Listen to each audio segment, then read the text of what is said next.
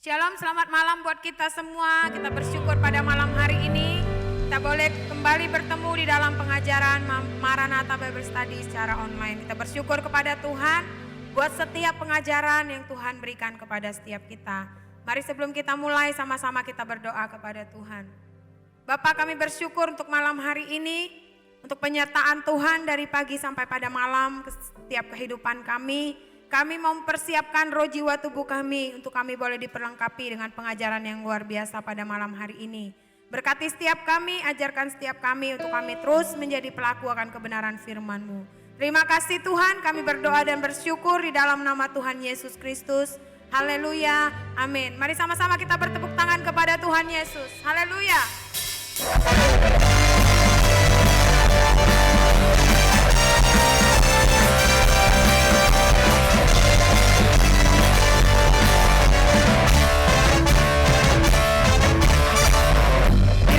Kesudahan kasih setiamu Tuhan, selalu baru rahmat-Mu bagiku. Hari berganti hari, tetap kulihat kasih-Mu, tak pernah berakhir di hidupku. Tuhan Yesus baik, sungguh amat baik.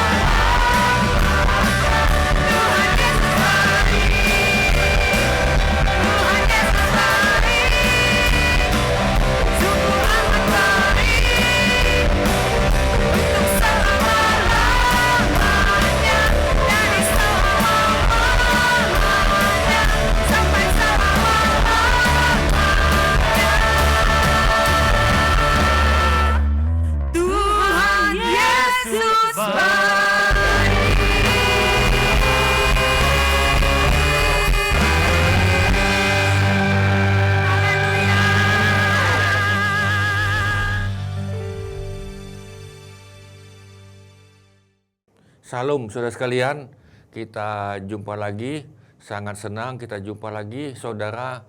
Kita jumpa sekali ini menyambung minggu lalu, kita masih dalam seri Bimbingan Menuju Rumah Tangga Bahagia atau BPN, Bimbingan Pranikah.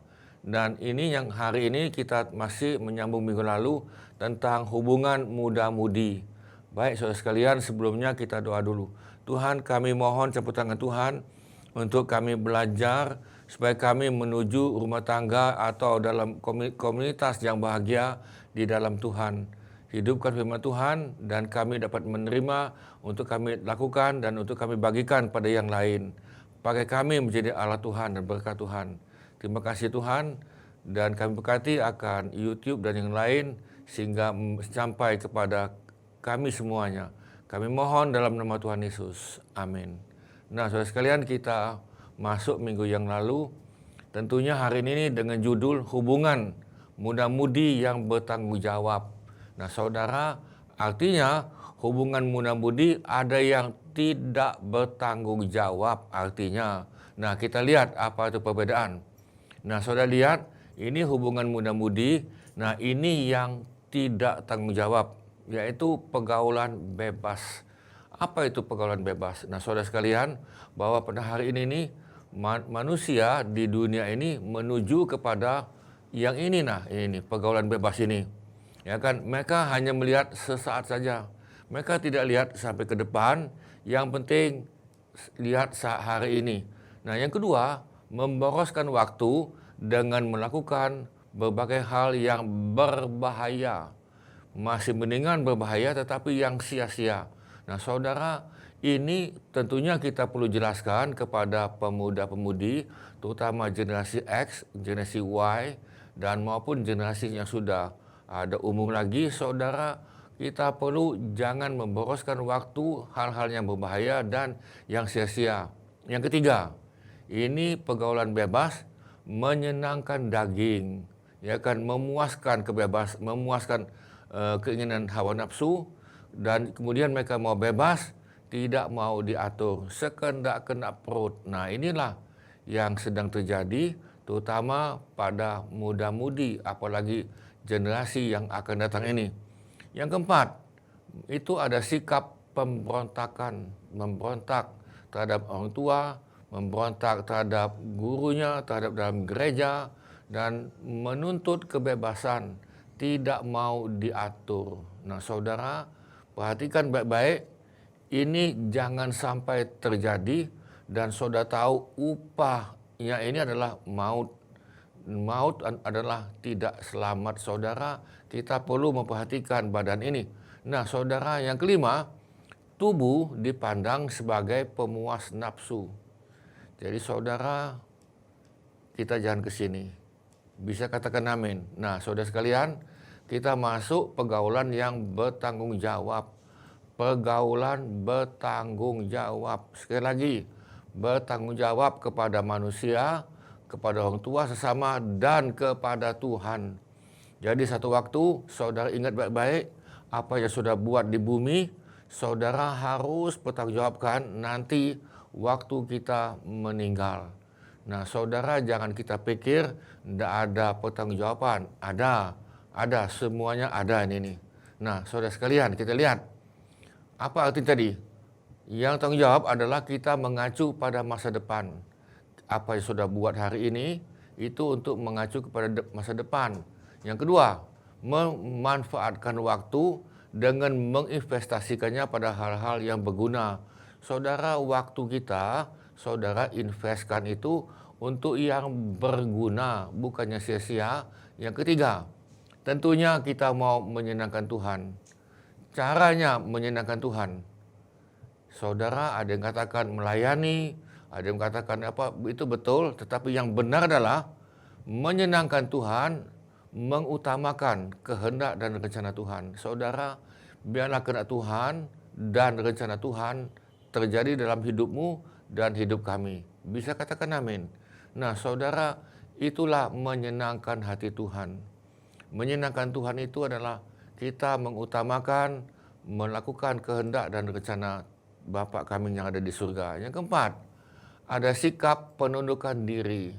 Ya kan, kita ada sikap, ingat ini sikap ini mengenai sikap hati saudara dan saya, penundukan diri kepada Tuhan, penundukan kepada orang tua dan pemimpin di dalam gereja maupun di luar gereja. Kita perlu mengadakan sikap penundukan. Yang kelima, tubuh, saudara ingat baik-baik, itu tempatnya Roh Kudus.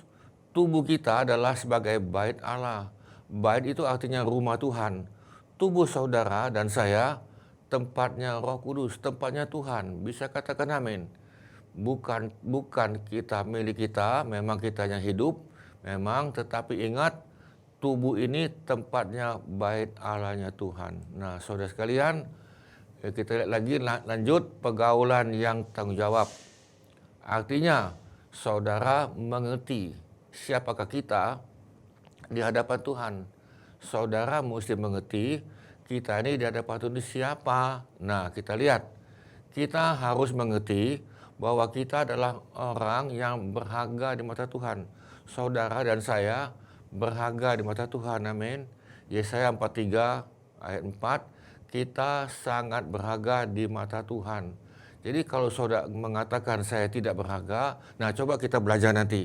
Ya kan, kita lihat bagaimana kita akan buka dengan pelan-pelan dalam BPN ini atau dalam bimbingan rumah tangga ini yang bahagia.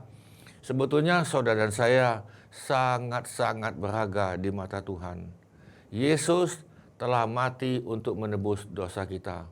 Saudara, artinya sangat berharga. Oleh karena itu, kita jangan menyia-nyiakan hidup kita dengan melakukan hal-hal yang sia-sia, hal-hal yang merusak orang lain dan menjelekkan orang lain, ataupun menghancurkan masa depan saudara. Masa depan saudara itu ditentukan oleh kita masing-masing, di tangan saudara dan saya sejak masa muda. Nah, itulah artinya pergaulan yang bertanggung jawab. Kita harus mengerti bahwa kita adalah saksi. Saudara kita ini adalah saksi, ya kan, bagi Tuhan yang menyatakan kasih-Nya kepada mereka yang belum selamat. Saudara, di lingkungan kita, dimanapun kita pergi, banyak yang belum selamat. Mereka belum diampuni dosa mereka. Itu sesuai dalam 1 Petrus 2 ayat 9. Oleh karena itu, di dalam pergaulan yang bertanggung jawab, saudara harus ini nih, selalu membawa apa? Nilai-nilai Kristiani sebagai suatu kesaksian yang hidup. Jadi saudara, biar kawanmu dan dimanapun saudara berada, biar mereka melihat, oh ini adalah saksi Tuhan. Memang dunia semakin gelap dan kadang-kadang kita malu, ya kan, malu sebagai saksi Tuhan, sedangkan mayoritas belum kan, tapi saudara jangan malu. Nah, saudara yang kedua, ini pergaulan yang tanggung jawab, mengerti. Saudara jangan asal-asalan, saudara mesti mengerti, understand, siapakah teman bergaul kita itu. Saudara jangan asal-asal bergaul ini nih. Nah, kita lihat, teman bergaul kita juga adalah orang-orang yang dikasihi Tuhan. Oleh karena itu kita tidak boleh, jangan diusahakan, jangan melukai perasaannya. Jadi saudara, kita jangan ngomong asal-asalan yang melukai perasaan dan kemudian dia akan ingat selalu ini nih. Saudara melakukan sesuatu yang merugikannya, jangan. Kemudian jangan membuatnya semakin menjauh dari Tuhan, jangan. Saudara, ketika kita ngomong jelek tentang Tuhan, tentang gereja, saudara, orang itu tambah jauh, ya kan, tambah jauh. Padahal saudara sudah menghakimi, ya kan, gereja atau siapapun. Saudara, jangan membuat orang lain semakin jauh dari Tuhan. Sebaliknya, kita mesti semakin dekat. Nah, saudara, kita harus mengerti bahwa Tuhan juga menginginkan teman pergaul saudara kita itu juga diselamatkan. Saudara, kita mesti mengerti bahwa kawan saudara, ya kan, kawan saya juga, supaya diselamatkan, supaya dia atau mereka menerima Yesus sebagai juru selamatnya secara pribadi. 2 Petrus 3 ayat 9. Ingatlah bahwa Tuhan ingin memakai kita untuk menyelamatkannya. Amin. Tuhan mau pakai saudara. Bukankah indah? Nah, biarlah kita sisa hidup ini dipakai oleh Tuhan untuk menyampaikan kasih Tuhan kepada kawan saudara dan kawan kita semua, famili saudara. Bisa katakan amin. Nah, saudara sekalian. Nah, yang ketiga, kita juga mesti mengerti dengan siapa kita bergaul. Saudara, artinya adalah saudara mesti memilih-milih siapa yang saudara akan bergaul. Saudara, apa arti bergaul? Sering ketemu, siang dan malam, makan sama-sama, ini kan itu artinya bergaul ini nih. Kita harus mengerti dengan siapa kita harus bergaul. Mesti mengerti ini nih. Jangan asal-asalan. Kenapa? Di dalam 1 Korintus 15:33 dikatakan pergaulan yang buruk, pergaulan yang jelek akan merusak kebiasaan yang baik. Saudara di rumah diajari yang baik oleh papa mama. Lalu pergaulan, nah kita bisa rusak. Oleh karena itu, saudara, apa kata Alkitab? Jauhilah pergaulan yang buruk itu. Seperti contoh ini nih, kawan saudara suka ngerumpi, bicara ngolong ngidul ini kan, kemudian ngomong sini, ngomong situ ya kan, ngomongnya tinggi-tinggi dan juga sia-sia dan ngomongan jorok lagi ini kan. Dan saudara kita ketawa-ketawa. Dan kemudian ada kawan saudara yang suka minuman keras. Nah, memang kita tidak minum, tetapi ketika saudara bergaul dengan dia, saudara pelan-pelan engkau akan minuman keras. Kemudian juga dengan perjudian. Saya ambil contoh, saya tidak diajari minuman keras, perjudian, narkoba atau seks bebas tidak diajari. Tetapi pada waktu pergaulan, nah kebetulan kami bukan asalnya Kristen, asalnya bukan. Dan saya tidak mengerti, saudara saya ikuti. Nah, setelah saya menerima Tuhan Yesus, nah lalu saudara ini semuanya minta dengan kasih karunia Tuhan, lepas. Dan kita bisa lepas.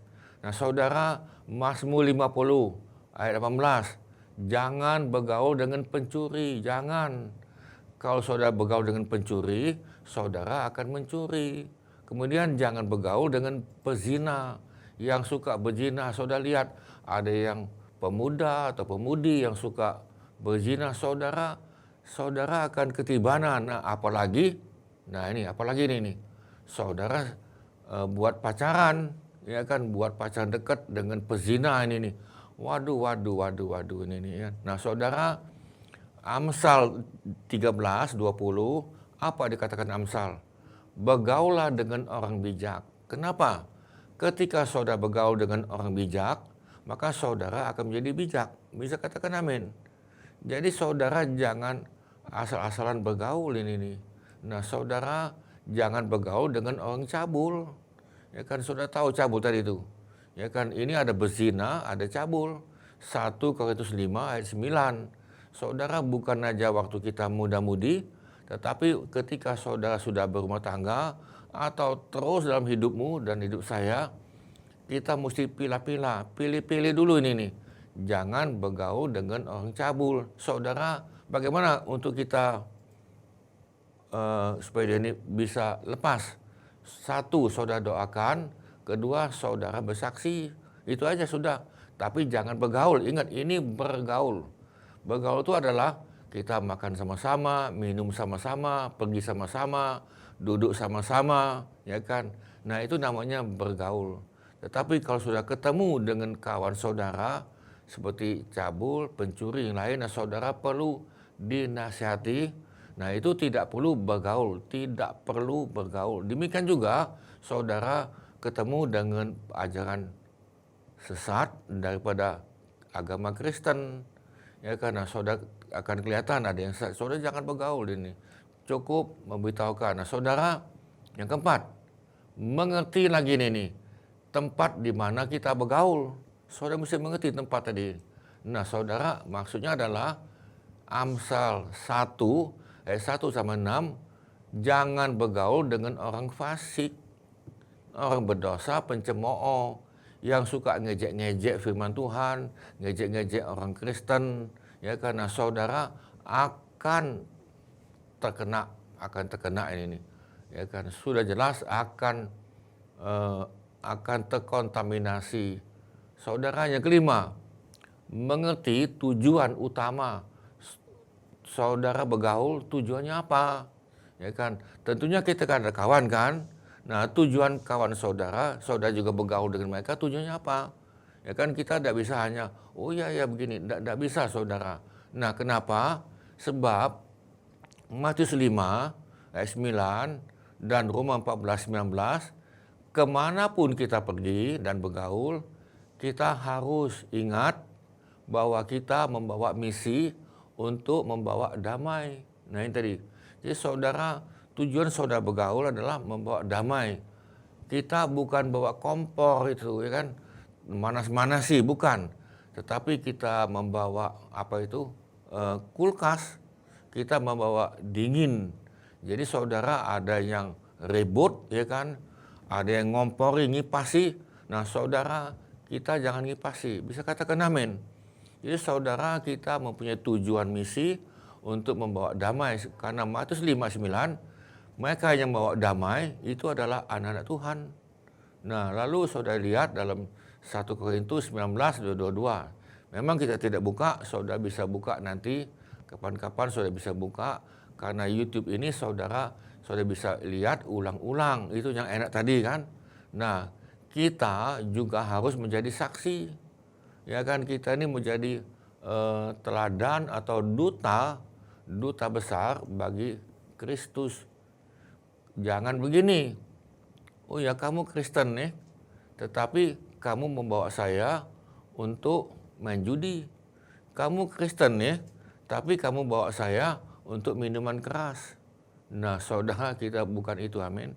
Kita mesti menjadi saksi Tuhan. Nah saudara, kita masuk pelajarannya berikut, pacaran bagi orang Kristen. Nah ini ada panduannya, ada arahannya saudara.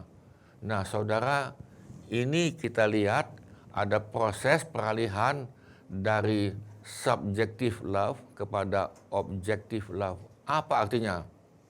Nah saudara, subjective love itu adalah kasih atau cinta manipulasi. Nah saudara, maksudnya begini, dia ini sebetulnya sepertinya cinta-cinta, tetapi sebetulnya dia tidak wajar, tidak objektif. Dia mempunyai maksud subjektif yang tidak baik.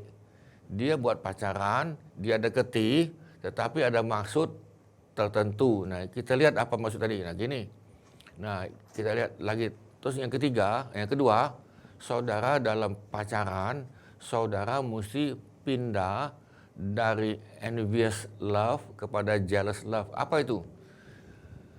Nah, envious itu dari kata envy. Envy itu iri hati, ya kan, cemburuan yang negatif, yang ingin mengambil dan merebut apa yang tidak menjadi haknya. Contoh lagi gini, ya kan? Kamu tidak boleh itu, tidak boleh ini kan. Lalu dia iri hati. Dia mau mengambil yang bukan haknya. Nah saudara, ini tidak boleh. Ya kan, tidak boleh. Kita mesti beralih kepada jealous love tadi. Jealous itu adalah artinya kecemburuan yang positif. Menuntut apa yang memang menjadi hak dan miliknya. Saudara, kita lihat lagi nih. Tuhan itu cemburuan. Nah, maksudnya Tuhan itu cemburuan, itu kata jealous love itu. Bukan envious, bukan envy. Envy itu iri hati, ya kan. Lalu cemburu yang negatif, bukan. Ya Tuhan itu cemburuan, apalagi saya ambil contoh ini. Tuhan itu ingin adalah, kalau kita lihat pada bangsa Israel, Tuhan katakan pada bangsa Israel, kamu jangan menyembah berhala. Kamu jangan menyembah adanya namanya itu di Palestina itu kan dewa Baal, ya kan, Dagon dan sebagainya banyak di situ. Nah, Tuhan katakan pada umat Tuhan pada waktu itu, kamu jangan ke situ. Maksud itu Tuhan itu cemburuan. Contoh gini, saudara sebagai seorang suami, pertanyaan saya, apakah saudara ingin istrimu mempunyai kekasih lagi yang lain, laki-laki? Tentunya tidak kan? Atau saudara sebagai pacar, calon pacar tadi itu yang perempuan ya, saudara pacarmu ini yang cowok ini nih, dia mempunyai pacar lagi yang lain. Nah, pertanyaan saya, saudara tentunya tidak mau. Nah, itu namanya jealous. Itu memang itu positif, yang envy tadi iri hati, entah dia iri hati, ya kan, dia lihat kawannya tadi itu telepon sini, telepon situ, dia sudah iri hati. Nah, dia pikir itu kan kamu kan milik saya. Bukan, ini bukan sini. Kita tidak boleh ke situ. Nah, saudara sekalian, mereka tidak boleh menuntut sesuatu. Ingat, sesuatu itu tanda kutip yang bukan atau belum menjadi haknya, seperti hubungan seks badan. Ya kan, padahal ini kan pacar dia, umpama tadi kan pacar dia. Ya kan, dia lalu nuntut itu. Nah, ini pacar saya ini sudah jadi hak saya. Nah, saudara, itu salah. Kemudian dia punya dia punya wewenang untuk mengatur kehidupan pacarnya. Kamu mesti begini, begini dan sebagainya. Saudara, itu keliru. Tetapi mereka harus menuntut apa yang memang menjadi haknya. Apa haknya tadi? Kesempatan untuk dialog, untuk ngobrol, saudara ini. Mendorong, membangun, memajukan prestasi dalam pekerjaan dan pelayanan. Nah, saudara sebagai pacar, ya kan, calon pacar tadi, saudara mesti memberi, mendorong, ya kan. Nah, yuk kamu ada pelayanan, yuk silakan. Nah, kemudian didorong lagi nih. Kamu mesti baca Alkitab loh ini kan. Nah, lalu sama-sama baca Alkitab. Ya kan, lalu didorong lagi untuk berdoa. Memang mungkin pacarmu tadi itu tidak suka berdoa, ya kan, ngapain doa tadi. Nah, saudara dorong pelan-pelan, memberikan untuk dia masuk kepada semakin intim dengan Tuhan. Nah, bukan ngompori, ya kamu ngabisi waktu cuma-cuma. Nah, saudara, itu adalah pacarmu yang tidak baik. Nah, saudara, yang ketiga, kita mesti pindah dari romantic love kepada real love. Romantic itu apa itu? Ya kan, cinta yang romantis. Kita mesti lihat kepada cinta yang sebenarnya. Saudara, romantic love itu sebetulnya kasih yang tidak realistis. Itu sebetulnya dalam hayalan, ya kan, dalam pemikiran dia. Kasih dalam alam mimpi yang didasarkan pada pengertian yang keliru bahwa kehidupan ini manis semata-mata. Nah, saudara, bukan itu. Kaum muda yang pacaran biasanya nih. Ingat saudara, ini biasa, hati-hati, ini saudara jangan ke sini terjerumus kepada romantic love. Apa itu tuh? Mereka itu suka berdua-duaan, sepuas-puasnya, ya kan, dia selalu ini kan, entah kapan, apalagi tiap hari sering ketemu. Nah, saudara, itu ada survei, ya kan, sudah diadakan. Kalau mereka ketemu tiap hari, 98% mereka dalam waktu singkat akan hubungan badan. Nah, saudara, disarankan oleh survei itu adalah saudara ketemu hanya seminggu sekali. Seminggu sekali bukan 24 jam, hanya 2 jam, 3 jam. Nah, saudara, ketika saudara mempunyai pacaran, tanda kutip tadi, saudara mesti bertanya faktanya ini. Dalam realita hidup, saudara mesti bertanya, lihat ngadakan survei. Ya kan, survei bertanya-tanya seperti ini, satu ini, saudara lihat. Apakah kata-kata dia, janji-janji pasangan tersebut dapat dipercayai? Saudara, waktu pacaran, biasanya itu entah laki-laki, entah perempuan, itu suka gombal. Tahu gombal tadi? Ya kan, janji ini, janji itu, saudara, supaya dia itu terikat dan wah hebat ini kan nih. Janji ini, janji itu. Nah, saudara coba cek. Dia ini suka ngomongnya yang ngawur-ngawur, ini apa memang yang bener-beneran ini nih. Saudara, waktu saya pacaran dulu dengan calon istri saya, dan memang sudah jadi istri, saya ngomong dengan terus terang, saya tidak punya rumah loh ini nih. Nah kan ini. Lalu kami cari solusi bagaimana. Ya kan, saya sudah ada pekerjaan tetapi rumah tidak ada. Nah, saudara, nah ini, kemudian saya tidak katakan, oh nah gampanglah saya punya rumah ada 4 itu. Enggak ya. Apakah dia memang orang yang begitu sabar? Orang itu sabar ada itu. Dia ada care dah, ada peduli dah ini nih. Kemudian saya perhatikan tanggung jawab enggak. Ya kan, saudara, dia ini di samping care, di samping peduli ini pun bisa dibuat-buat, tetapi tanggung jawab enggak? Penuh tanggung jawab enggak ini nih? Nah ini, penuh enggak tanggung jawab? Nah kita lihat lagi C. Apakah realita hidup terus seperti ini? Ya kan, saudara lihat, waktu pacaran terus ketawa, ya kan, cumbu rayu, kreasi, yuk jalan sana, jalan sini, ya kan. Coba kita cari hiburan. Nah saudara, ingat apakah itu realita hidup seperti itu terusan sampai tua? Nah ingat saudara, pacaran atau pertunangan adalah persiapan pernikahan. Jadi saudara, jangan banyak gonta-ganti pacar. Nanti saudara akan terkenal, loh itu murahan. Pacaran atau pertunangan adalah persiapan pernikahan. Oleh karena itu, pacaran Kristen tidak boleh mengenal istilah dimabuk cinta. Wah, ini kan mabuk itu artinya tidak sadar. Ya kan, dia tidak berpikir realistis. Saudara, jangan mabuk cinta. Amin. Ya kan, siang dan malam aku tidak bisa tidur. Nah, itu kan gombal itu, ya kan. Nah, saudara lihat. Yang keempat, proses peralihan activity center ke dialog center. Apa tadi maksudnya? Nah, kita lihat. Activity itu artinya aktivitas. Nah, saudara, pacaran dari non-Kristen, ini non-Kristen, ingat non-Kristen hampir selalu activity center. Nah, ini artinya begini, dia selalu mempunyai aktivitas. Yuk kita nonton, besok kita jalan-jalan, duduk berdampingan, yuk kita cari tempat rekreasi, bahkan sampai aktivitas yang disebut rama atau rajin menjama. Sudah tahu rajin menjama itu? Dia jama ini, dia jama itu. Nah ini namanya activity center ini.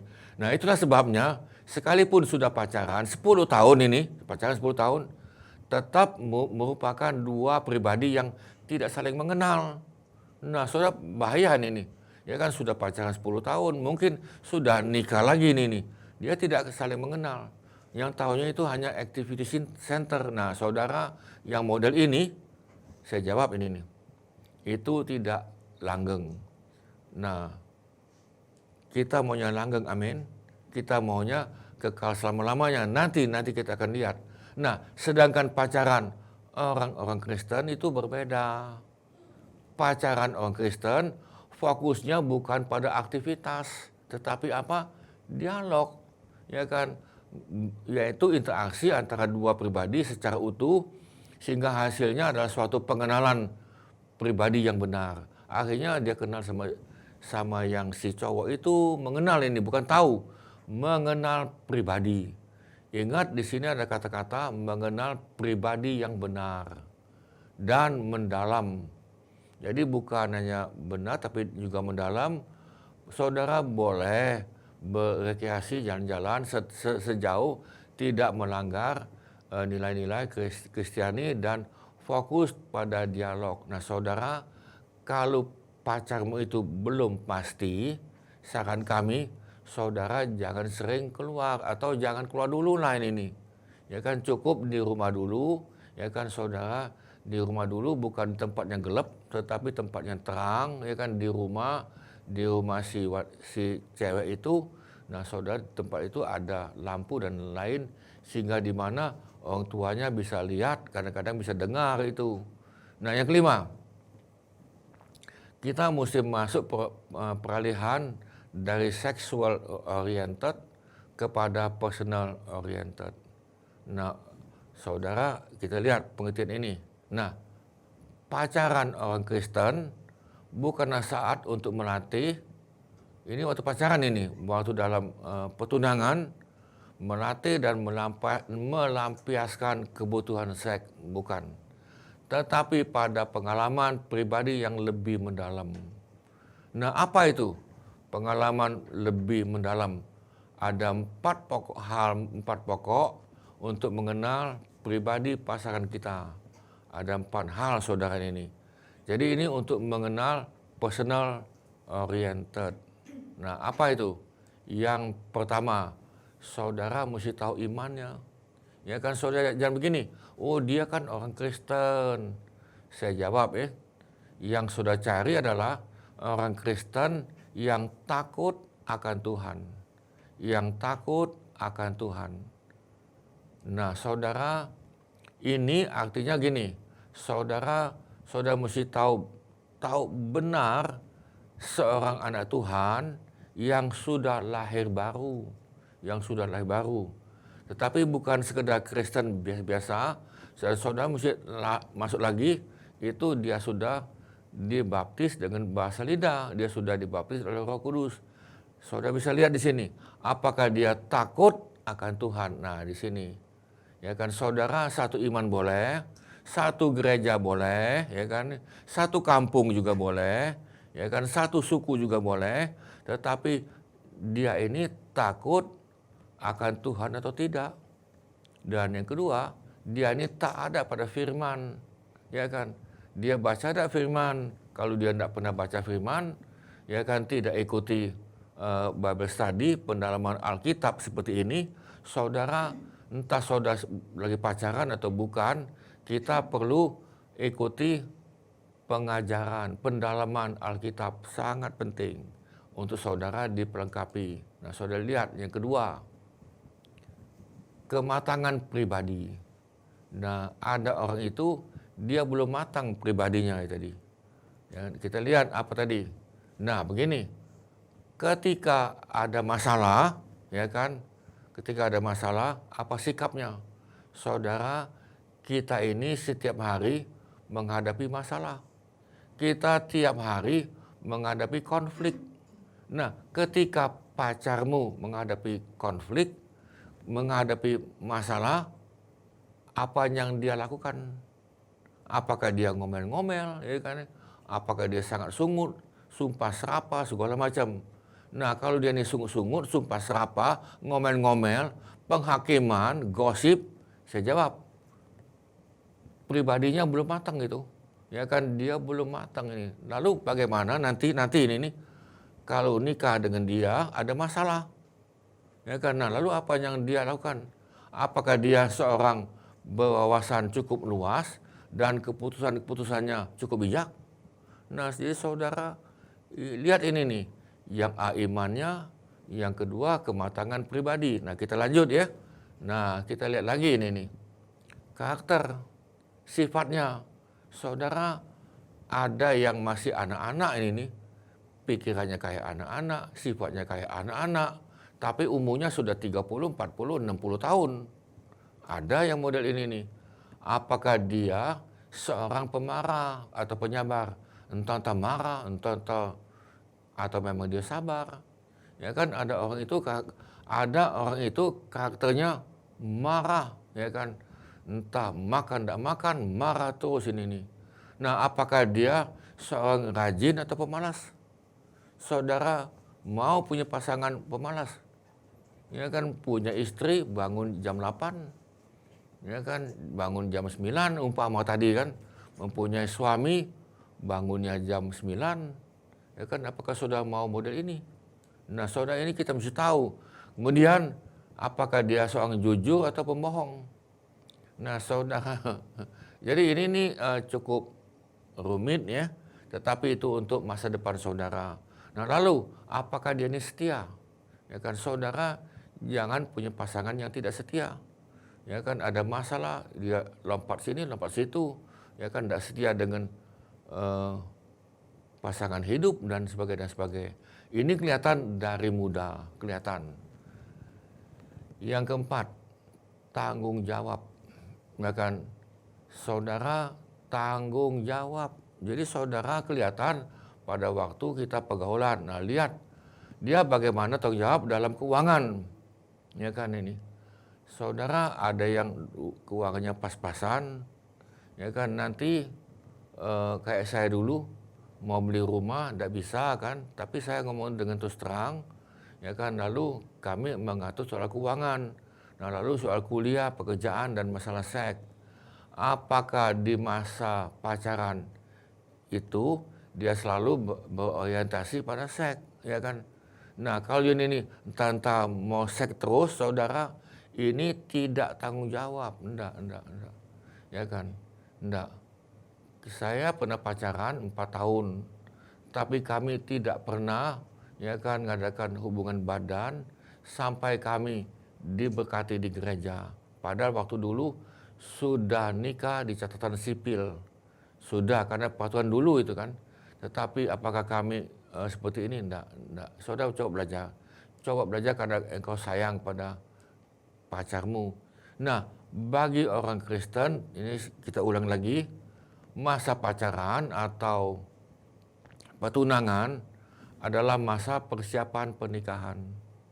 Saudara, bangsa Israel ketika Yusuf dan Maria tunangan, pacaran, mereka tidak mengadakan hubungan badan.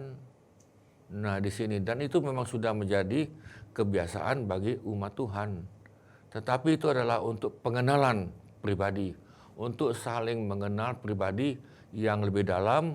Lalu kalau ada masalah, saudara, kita sama-sama selesaikan. Nah, saudara sekalian, jadi masa pacaran itu adalah persiapan untuk pernikahan kudus. Tanggung jawab di hadapan Tuhan, pernikahan kudus.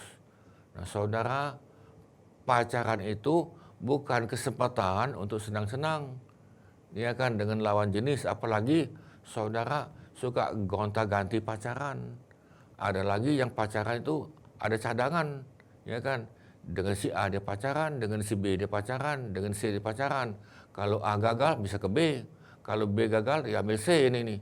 Saudara, kita bukan seperti itu, ya kan, bukan. Nah, kita masuk. Nah, bagaimana mendapatkan pacar? Nah, bagaimana untuk mendapatkan jodoh? Gampang, ada 3 hal. 1, berdoa. Ya kan, saudara minta pada Tuhan. Doa. Ya kan, saudara maunya model apa itu kan. Nah, lalu yang kedua adalah saudara coba berubah dan jadilah orang yang disenangi oleh orang lain. Saudara dalam pergaulan, saudara berubah menjadi orang yang disenangi oleh orang lain. Tetapi bukan berarti kita cengengesan, bukan. Kita punya prinsip. Yang ketiga adalah saudara bergaul seluas-luasnya. Maksud itu bukan sekenak-kenak bebas, juga bukan. Ya kan, saudara bisa bergaul, tetapi pergaulan yang tanggung jawab. Nah, jadi 3 hal ini saudara boleh bergaul. Kita lihat nanti dari pergaulan itu akan kelihatan ya kan, bagaimana selanjutnya. Nah, pertanyaan saya lagi, apakah jodoh itu ditentukan oleh Tuhan? Nah, ini jadi, ya ini sudah jodoh oleh Tuhan. Kita lihat sesuai dengan firman Tuhan, saudara, Tuhan tidak menentukan jodoh seseorang, tetapi yang Tuhan tentukan adalah persyaratan bagi sebuah pernikahan Kristen yang kudus. Jadi saudara perhatian, ingat, Tuhan tidak menentukan jodoh saudara, enggak. Tetapi Tuhan memberikan persyaratan, ya kan, untuk sebuah pernikahan Kristen yang kudus. Nah, kita masuk lagi di sini. Tuhan tidak menentukan juga seseorang itu untuk lajang atau menikah. Tuhan tidak menentukan itu. Oh, kamu mesti kawin. Oh, kamu mesti lajang, juga tidak. Tapi akan kita lihat ini. Nah, tetapi ada seorang itu tetap tidak nikah. Nah, itu dikatakan karunia. Karunia membujang. Karunia tidak nikah. Kenapa?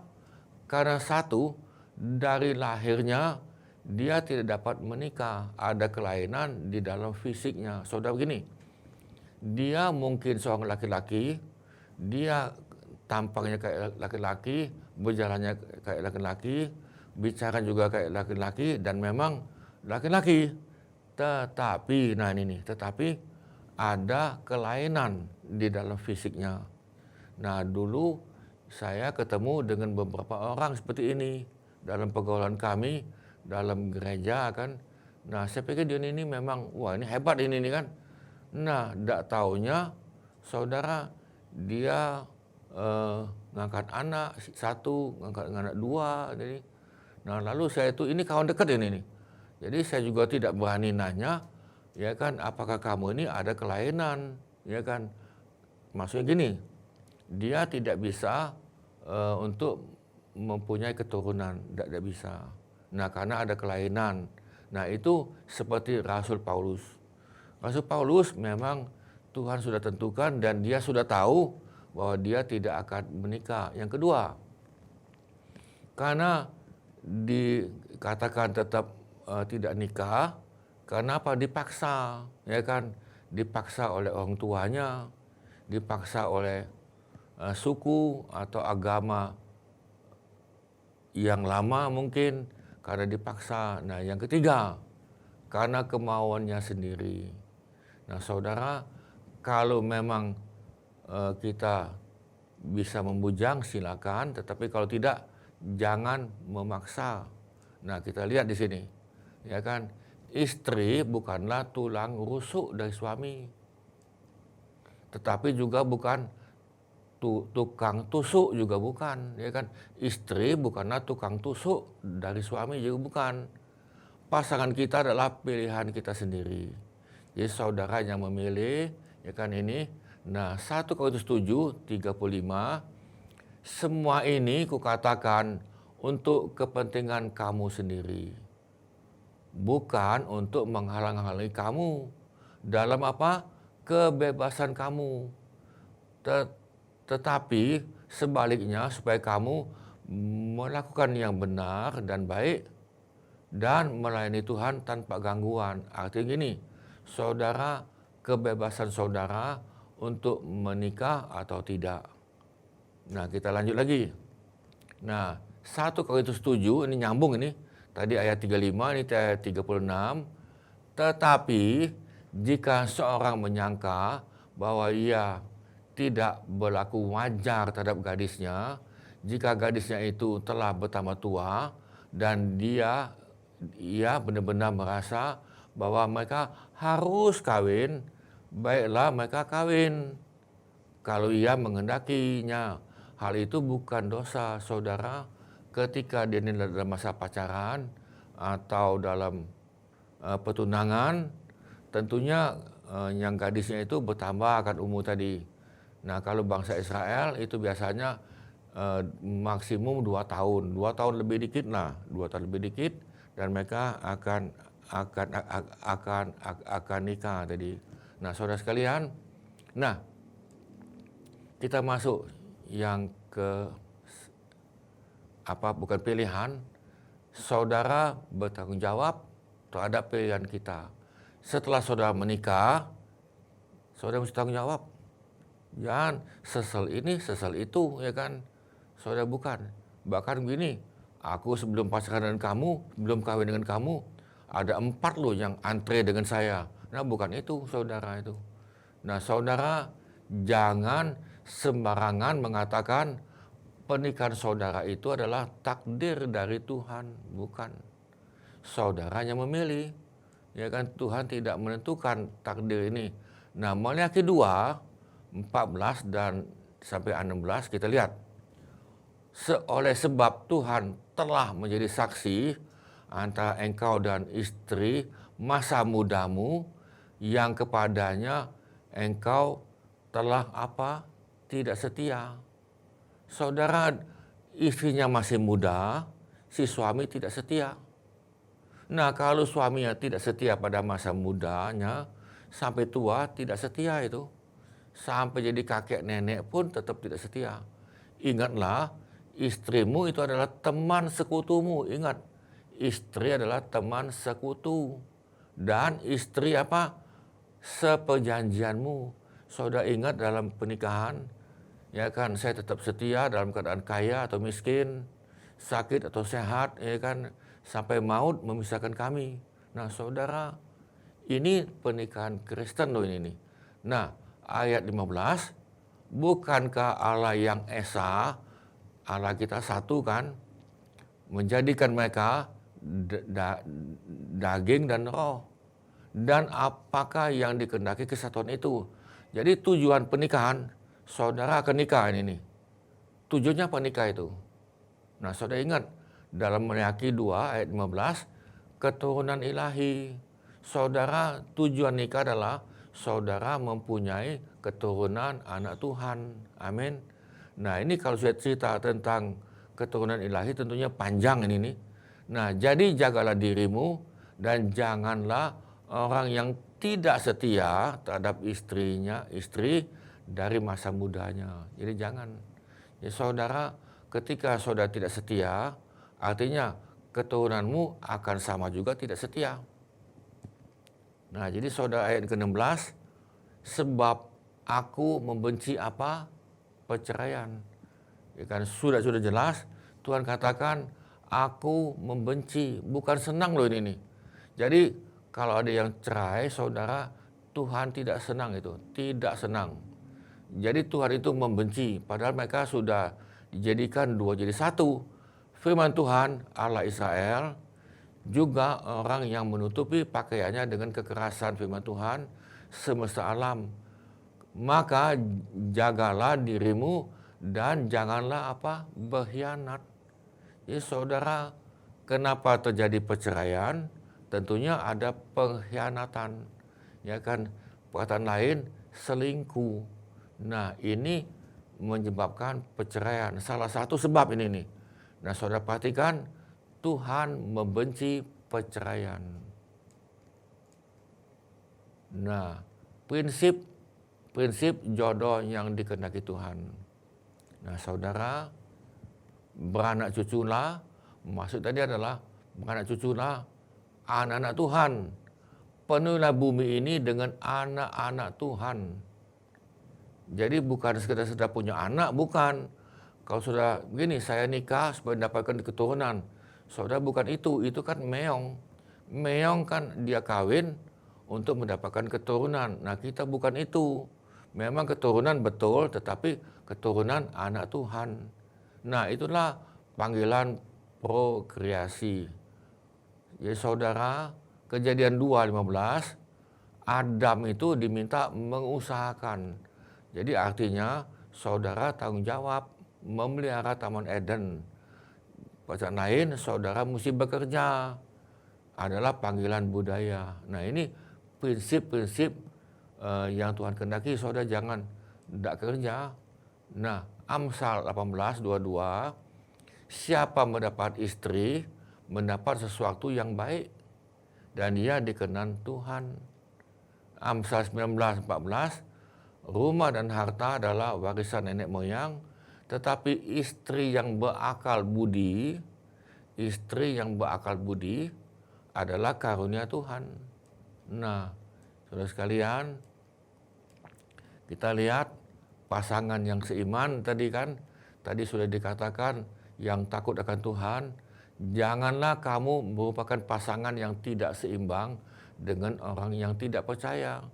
Sebab persamaan apakah terdapat antara kebenaran dan kedukaan? Atau bagaimana terang dapat bersatu dengan gelap? Ya saudara, ingat pernikahan anak Tuhan seiman dan yang takut akan Tuhan. Terang dan gelap tidak bisa bersatu. Nah, itu dikatakan dalam 2 Korintus 6 ayat 14. Istri terikat selama suaminya hidup.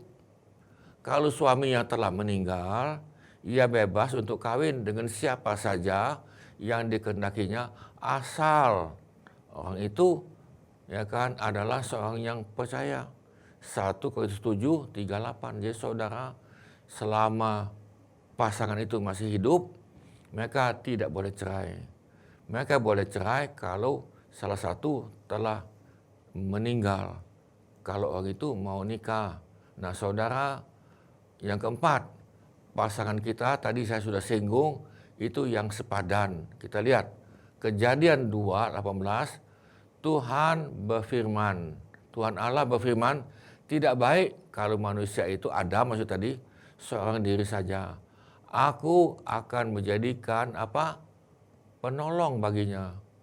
Yang sepadan. Jadi bukan hanya penolong, tetapi yang sepadan. Yang sepadan dan yang menolong. Jadi bukan yang merongrong, bukan. Yang penolong dan yang sepadan. 5. saling mengasihi. Jadi tidak bisa satu pihak mengasihi, tapi saling mengasihi. Efesus 5:25. Hai suami, apa? Kasihilah istrimu sebagaimana Kristus telah mengasihi jemaat dan telah menyerahkan dirinya bagi jemaat. Artinya adalah Yesus mati untuk jemaat. Ini artinya adalah suami bersedia mati untuk istri. Nah, jangan terbalik gini. Ya kan saudara, kalau ada kepepet, kalau perlu saya menyelamatkan anak saya, tetapi istri biar mati. Kenapa dia bisa kawin lagi? Saudara, bukan itu. Ayat ini mengatakan suami mesti berani mati untuk istri. Seperti Yesus ya kan mencintai jemaat dan telah menyerahkan dirinya bagi jemaat. Nah, suami bagaimana ini nih? Ya kan saya juga sebagai suami.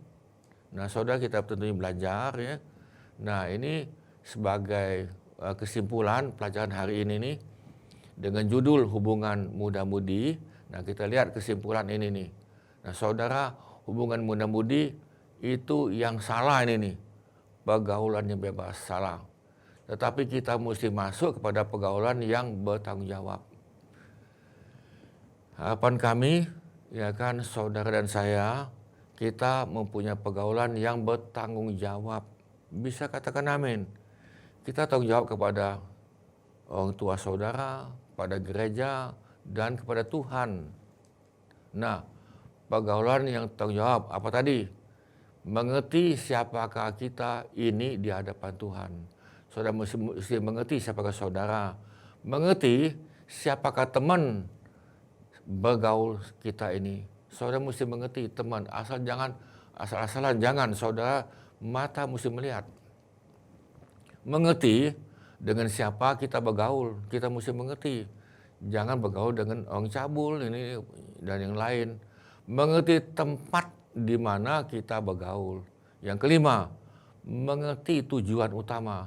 Saudara bergaul tujuannya apa, ya kan? Nah, saudara, itulah yang dikatakan pergaulan yang bertanggung jawab. Ada 5 hal. Nah, kita masuk lagi di sini. Yang ketiga, pacaran bagi orang Kristen. Saudara mesti beralih dari subjective love kepada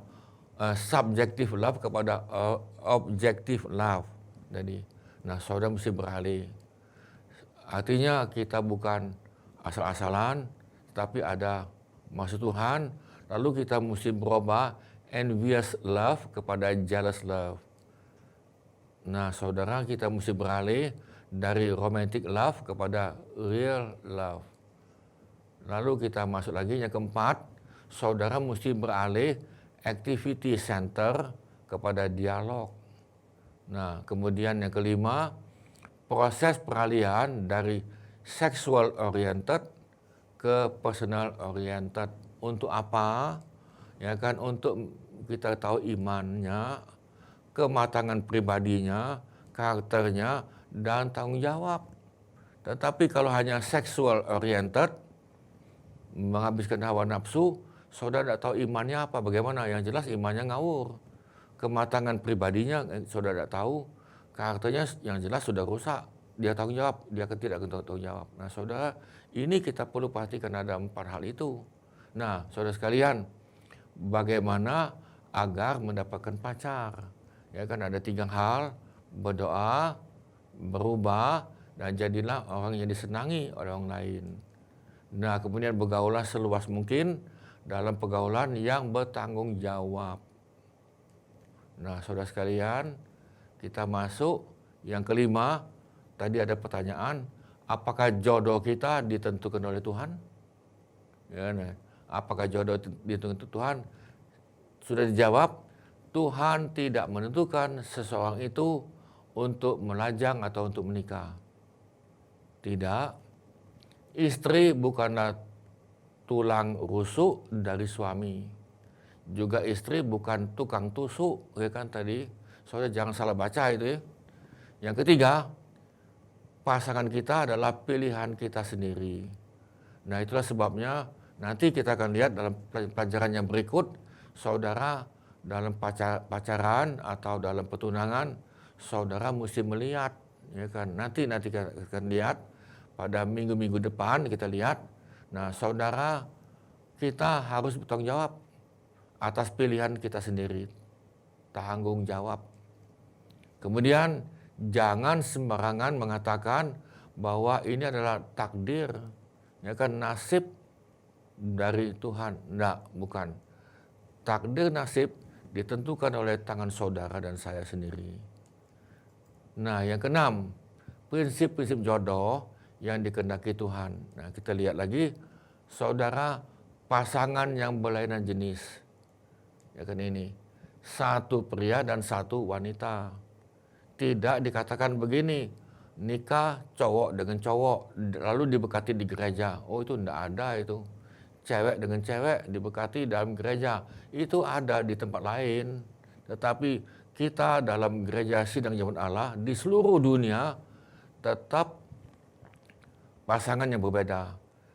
Sebagai tambahan, saudara, itu ada gereja kita di Amerika. Ya tentunya gereja bahasa Inggris itu. Bahasa Indonesia juga ada. Bahasa lain ada, kebetulan ini bahasa Inggris memang asli di Amerika. Pendeta kita GSI itu tidak mau menikahkan cowok dengan cowok. Nah saudara, pendeta itu diadukan ke pengadilan dan dia dijebloskan ke dalam penjara. Jadi dia dijebloskan dengan oleh pihak yang pasangan itu yang sama-sama ke dalam penjara, dengan alasan melanggar kebebasan HAM. Nah saudara, yang ketiga, pasangan yang seiman tapi takut akan Tuhan. Ini penting, takut akan Tuhan. Pasangan yang sepadan, saling mengasihi. Jadi bukan satu pihak mengasihi, tetapi saling mengasihi. Bisa katakan amin? Kita berdoa. Tuhan, terima kasih kalau kami boleh belajar hubungan muda-mudi dan bagaimana kami hubungan di dalam masa-masa pacaran atau tunangan anak Tuhan.